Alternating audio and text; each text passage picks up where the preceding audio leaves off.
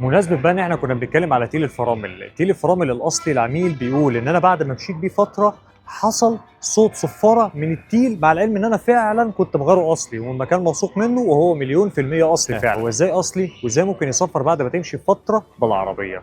معناها ان التيل خلص. طب المشكلة دي بتحصل ازاي؟ ركز كده معايا. بص يا سيدي، شايف حتة الحديدة دي؟ الحديده دي وظيفتها حاجه واحده بس، لما التيل يخلص يعمل صوت صفاره ينبه السواق او صاحب العربيه ان التيل خلص.